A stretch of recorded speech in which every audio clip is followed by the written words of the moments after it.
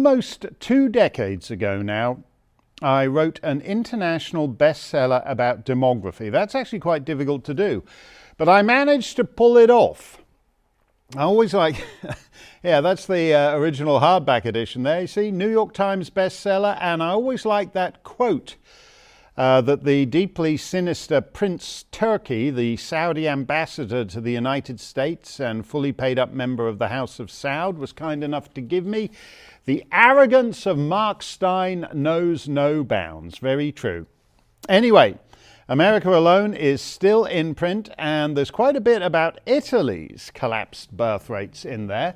After the book came out, lots of princes, presidents, prime ministers called me in to talk about its thesis, and then did nothing. But now, 17 years on, the Italian government has finally noticed what I pointed out back in 2006. Italy's national birth rate has fallen to its lowest level on record. New figures reveal 400,000 births were recorded last year, which has attributed to an overall decline in population numbers. The ailing numbers have been declared a national emergency, prompting reassurance from the Prime Minister to try to boost the population in coming years. Yeah, well, good luck with that. Declining fertility is a phenomenon throughout the developed world, from North America to Europe to Southeast Asia. The Ukraine-Russia war, for example, is really the first war to be fought between two nations, both with deathbed demography. So neither country has legions of young men to hurl into the fight. They will run out a lot quicker than they would have a century ago.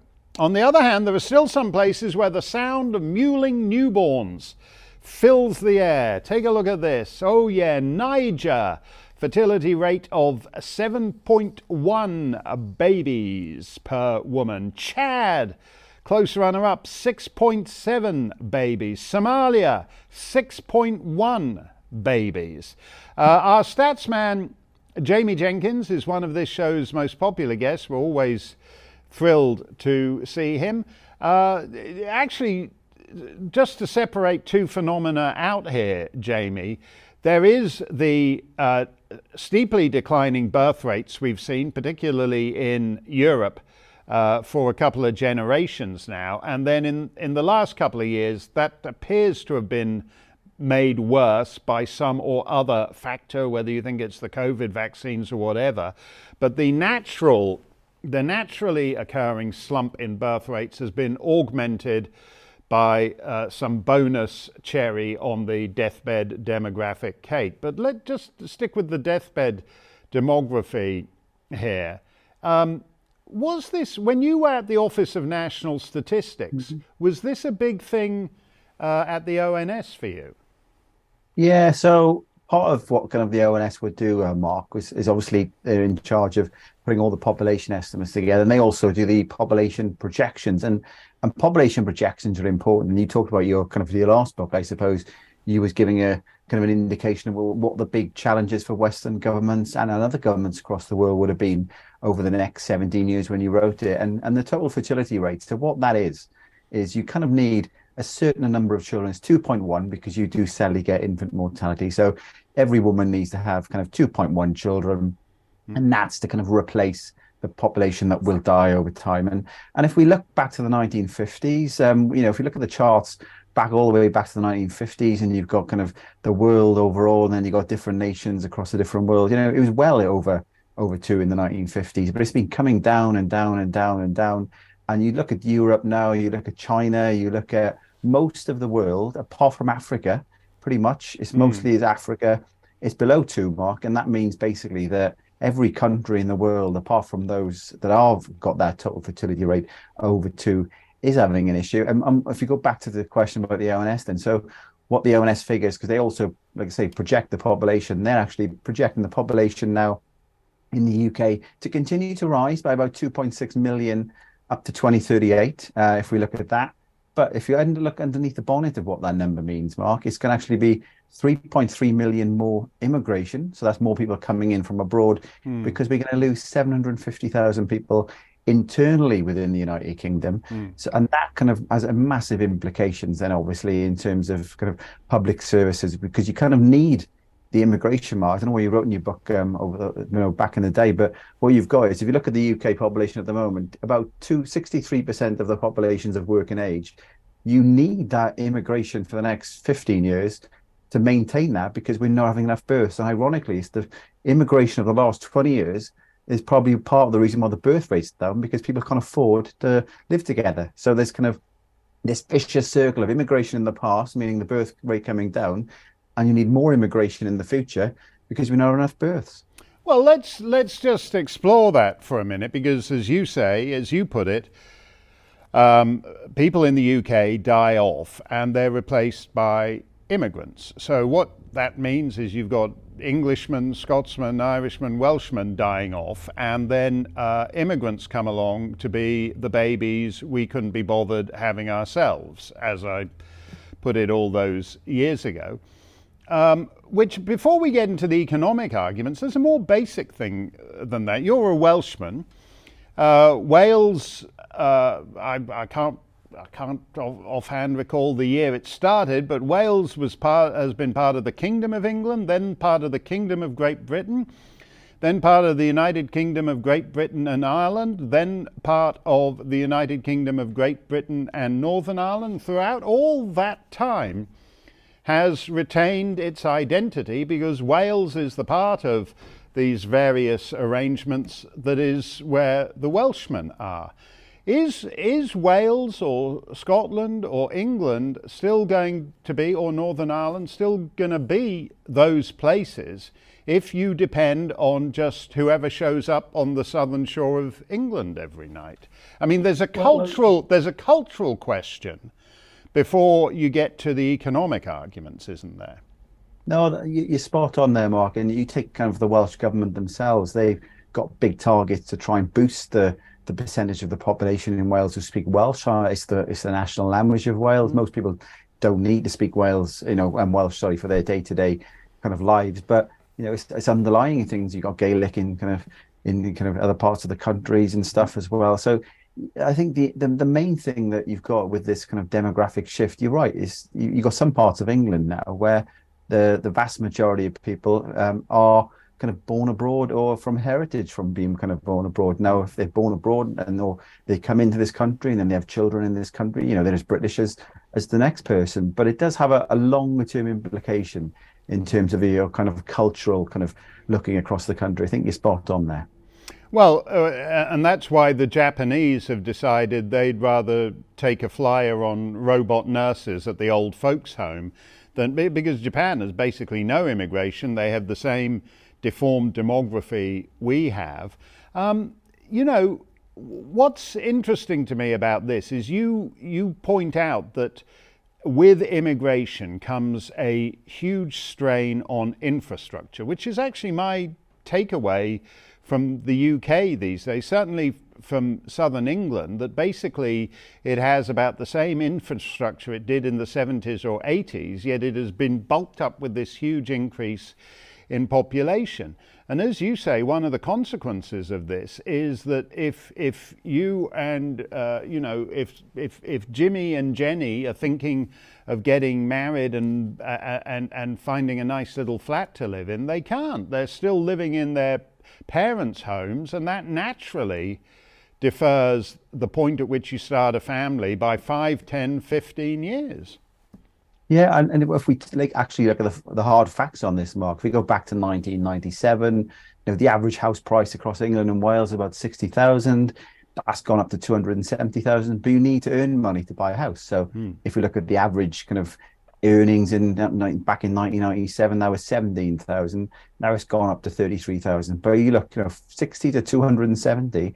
That's a much bigger increase, in terms of the ratio, compared to the earnings going from 17 to 33. And so if you actually look at it, Mark, your ratio of what you earned to what the house price was in 1997 was around 3.5. It's now 2022 is 8 times. So the fact that we've had all this big immigration over the last 25, 30 years means we haven't built enough houses. The demand for houses goes up.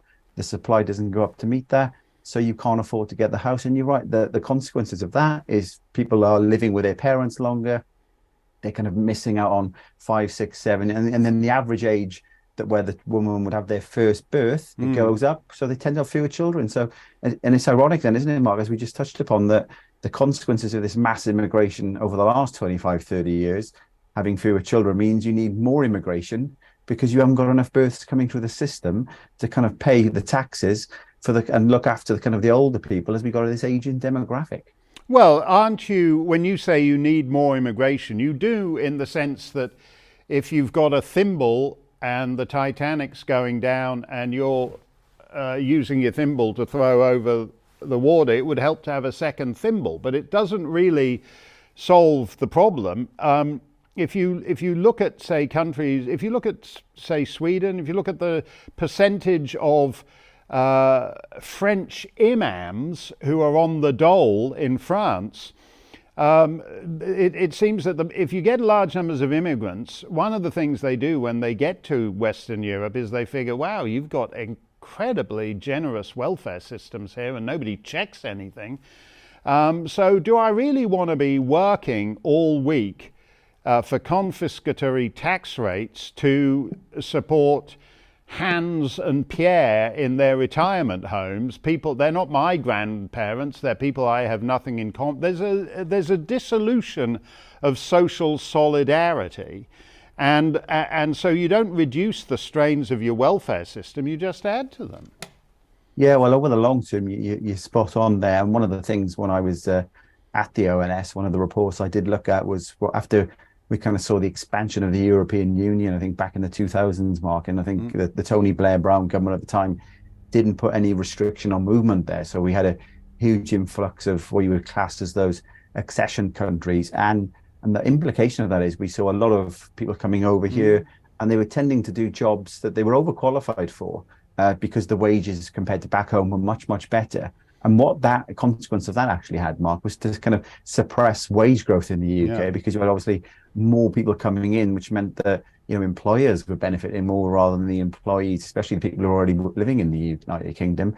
So that does have longer term consequences as well. When you're looking at that, you know, we need some people to, partly to do with government policy, Mark. We're not recruiting kind of enough people in the UK. We don't train enough doctors and nurses. That's a government policy. You know, they're chosen to do that. The places are limited.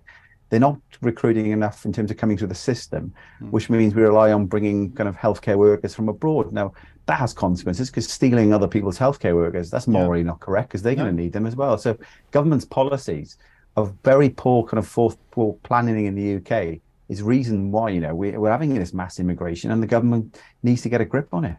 No, I saw that for myself when I was in a hospital in France with my heart attacks. All the nurses were French, with two exceptions. There was two from contiguous nation, well, not really contiguous, but close.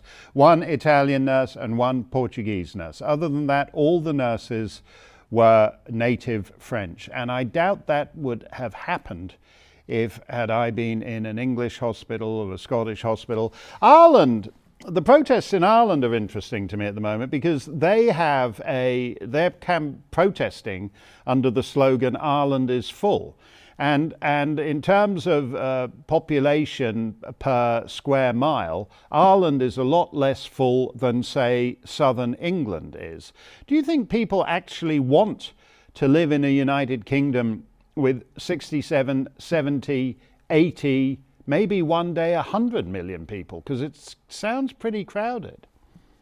And the big issue you've got here, Mark, isn't it, that you take over the last kind of 30 years, we've not built the infrastructure. The thing is, the government are happy for people to come in, but you've touched upon it. If you don't put that infrastructure in place, Wales have banned the building of new roads. If you don't put that infrastructure in place, you can't expect more and more people to come in and not build the roads, not build the houses, not put the water supply, not make sure you've got enough energy. If you don't do that, then what happens is people are already living in the country, the demand goes up, the supply doesn't go up, and that puts you a kind of breaking point. I think that's partly why some people across the country, again, and we've talked many times on the show, Mark, about, you know, obviously people coming across in small boats across the English Channel. Now, in terms of the latest immigration numbers, they're actually a small fraction of the, I think it was 500,000 net immigration in the latest annual figures. That's the kind of the legal immigration. And these are huge numbers. You can't sustain those numbers. And it comes back to what I've said.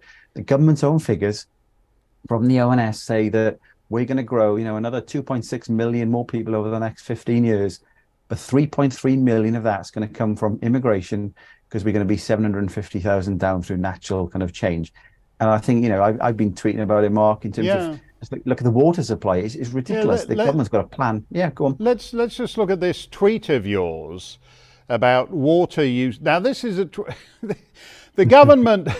Look at that lady in the shower. The government's plan is to solve the water shortage by making the freedom to take a shower like that a thing of the past, basically.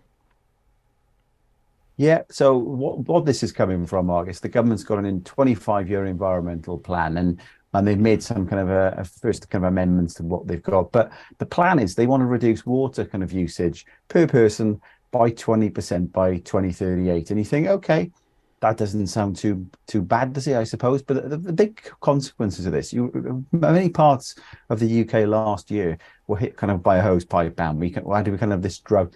Ironically, Cornwall, where I live in Wales, not far from Cornwall, we've had huge amounts of rain. March for the England March in March was the most rain we've had since 1981. So we've had a huge amount of rain. We haven't built any new reservoirs over the last 30 years. We've got enough leakage in the system to kind of 13 million people a day. And they're saying we want to ban power showers. Now, this is coming from Rishi Sunak's own plan. So let me just give you this stat, actually, Mark. So did the numbers. So Rishi Sunak's got his new private pool that he's been building. Oh, yeah. And a power shower is here we go. Rishi Sunak's electric grid upgraded to heat his private pool. So Rishi Sunak's pool, it would probably take about 91,000 litres to fill this pool, Mark, right? So if you work out 15 litres per minute for the average power shower, 5-minute kind of power shower that you have, you need to have a shower every day for 3.5 years just to fill Rishi Sunak's pool to match him. So it's one rule for the the politicians like Rishi Sunak. Yeah. For the rest of us, cut your water usage by 20% to save the planet. Absolute bonkers. Yeah, well, Rishi Sunak needs that pool, Jamie, and you don't need your shower, because he's doing such a bang-up job for Britain and the world that he has earned that pool, and you have not earned your power shower. You're quite right about what I find so curious about this is like people sit there, from Bognor to Belfast, listening to this stuff from the government, and we're going to have to reduce this, we're going to have to reduce that. At the same time, they're being told, you got to wait 4 years for your hernia operation. It's taking longer to drive in your morning commute because the roads are so much more crowded. It's harder to find a good school for your kid to get into. And they never seem to connect this with bringing in large numbers of legal and illegal immigration. Well, no, and we're getting a huge amount of tourism from the UK abroad for health reasons. People are getting fed up with these waiting lists on the NHS. They actually pay to go to places like Turkey to get things done themselves. And you say you can't divorce the fact this huge influx. Say the population's gone up 10 million over the last 30 years. No more reservoirs. And you wonder why we're getting water shortage. The Victorians, Mark, I suppose if had all the environmentalists around back in the day and you had social media and news channels showing them all these protests, nothing would have gone done with the Victorian age. But the good thing with the Victorians, they put huge infrastructure in place. And it's got to a point probably where they didn't foresee all these years later how much more the population would be. But the current population and the current governments over the last 20, 30, 40 years have done little to increase. We've talked many times about a separate topic, Mark, energy. We've done nothing to improve the energy infrastructure in the UK. That's why our energy prices are through the roof. And if you're going to have 10 million over the last 30 years and another 3.5 million people overall coming in from abroad in the next 15 years, those are having consequences on public services. And if you're going to have the immigrants coming in, the government has to open up and say, we need to put the infrastructure in place, but they won't do it, Mark. What they're trying to do is tell the people who live here already, you've got to cut back, where the rich people, they're the ones doing all the CO2 emissions with their private planes. They're the ones with their private pools. They're the ones with the large houses. They don't have to give anything up, Mark. it's always the poor person who has to do it. Just a quick final point on what started all this, those deathbed demography number. I use that phrase, by the way, in the sense of what demographers say, is that once you slip to 1.3, there's no evidence, 1.3 children per couple. So it's basically like you're halving with every generation, you know, four grandparents of 2 children of 1 child. Even, I take it Giorgia Meloni, the relatively new Italian Prime Minister, takes this seriously and wants to do something about it. Viktor Orban in Hungary has offered tax incentives to people who have 1, 2, 3 babies. But if everything is as expensive as it is in, say, the UK, it's hard to see how even those kind of incentives would work. At a certain point, there's just no way to make the arithmetic add up. No, and say that the big issue is obviously people go to work, they can't afford childcare, and you need people to do jobs as well. So that's a big problem. And you'd say the Italy number, you talk about 1.3, I think it's dropped down to about 1.24 at the moment, which is a huge number, you know, in terms of way off that 2.1 thing. Ultimately, you know, the governments across the Western world and in other nations are grappling with 2 issues here, Mark. It's the cost of elderly people. So they've got a huge burden on the kind of the state in terms of the tax take, in terms of looking after elderly people. But you probably need to put as much money into trying to boost the number of young people. But politics, Mark, remember this, you know, politics is very short term. It's 5 years at most. You know, Boris Johnson, Richie Sunak, they're not thinking about what the planning for the 2040. They know they're not going to be around. I think until you get politics to start thinking long term, you are never going to fix these short term these longer term issues with short term politics. No, you're absolutely right there. But this is as fundamental as it can get. It's not just about, as we talked about earlier, the cultural identity of a nation, whether it's Wales or whether it's Italy or whether it's anywhere else. It's about actually the ability, ultimately, it's about the ability to keep going without total collapse. It's as fundamental as it gets. Thank you very much, Jamie. As always, we're grateful that you run the numbers for us. You can find Jamie at statsjamie.co.uk and on Twitter at statsjamie.